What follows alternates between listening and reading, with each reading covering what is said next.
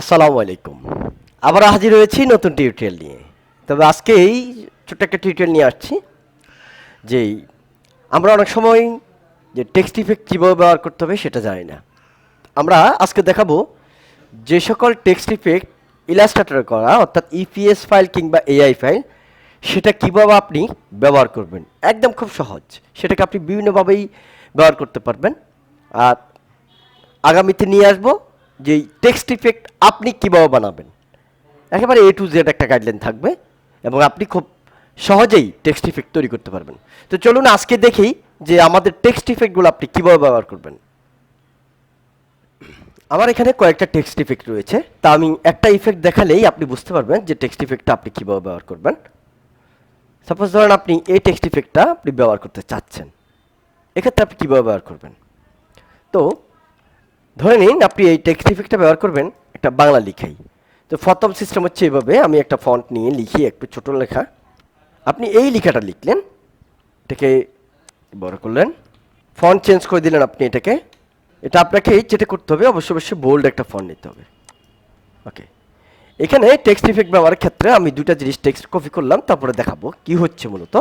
এটাকে আপনি যেটা করবেন সেটা হচ্ছে আইড্রপার নিয়ে জাস্ট এটার উপর ক্লিক করবেন, আপনার এটা অটোমেটিকলি আপনার টেক্সট ইফেক্টটা নিয়ে নেবে। এখন কথা হচ্ছে আপনার এই টেক্সট ইফেক্ট অনেক সময় সঠিকভাবে কাজ না করতে পারে। এটার কারণ কি? সেটা হচ্ছে আপনার এই লেখাটা অনেক মোটা, আপনার এই লেখাটাও যেন এরকম মোটা থাকে, তাহলে টেক্সট ইফেক্টটা আপনার সঠিকলি কাজ করবে। আমি এখন দিলাম এটা এইভাবে, কিন্তু আমার লেখাটা ছোট হয়ে যাচ্ছে, তা আপনি কি করবেন, কীভাবে ব্যবহার করবেন? দেখেন এখানে যেটা করতে হবে সেটা হচ্ছে আপনি এই ক্ষেত্র বিষয়ের জন্য অর্থাৎ এই ধরনের টেক্সট ইফেক্ট ব্যবহার করার জন্য আপনি এইখান থেকে আমি এইখানে ক্লিক করি, তাহলে মনে হয় বেটার হবে।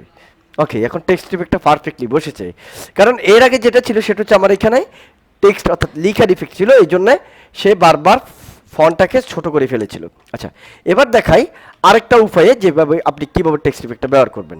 যদি আইড্রপার দিয়ে আপনার টেক্সট ইফেক্টটা অ্যাপ্লাই না হয় তাহলে কি করবেন?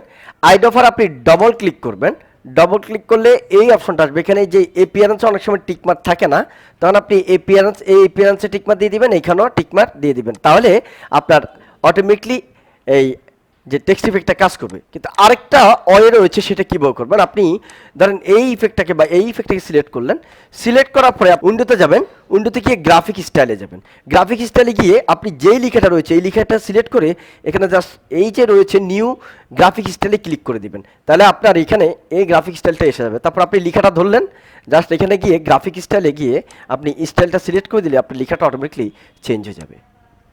আশা করছি একইভাবে আপনি প্রত্যেকটা টেক্সট ইফেক্ট ব্যবহার করতে পারবেন। আমি আরও একটা ইফেক্ট দেখাই, যেমন এই টেক্সট ইফেক্টটা আপনি ব্যবহার করতে চাচ্ছেন, সেমভাবে আপনি এখানে এটাকে আপনি এই লেখাটাকে নিয়ে আসুন। এখানে আমি নিয়ে আসলাম, নিয়ে আসার পরে আপনি এটা যেভাবে ব্যবহার করবেন, এখানে গিয়ে আপনি প্রথম এটাকে আপনি এখানে অ্যাড করে নিন।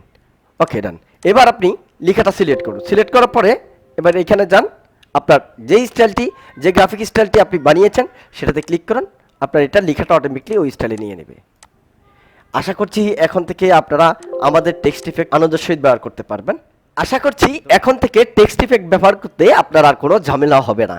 এখন থেকে নিশ্চিন্তে এবং খুব সহজে আপনি যে সকল টেক্সট ইফেক্ট অর্থাৎ ইপিএস কিংবা এআই ফাইল রয়েছে সেগুলো ব্যবহার করতে পারবেন। এছাড়াও যদি কোনো বিষয়ে সমস্যা পড়ে থাকেন বা কোন ধরনের টিউটোরিয়াল চান, আমাদের কমেন্ট করে মতামত জানান, আমরা চেষ্টা করব আপনাদের মতামত মোতাবেক টিউটোরিয়াল নিয়ে আসতে। ধন্যবাদ সাথে থাকার জন্য। আসসালামু আলাইকুম।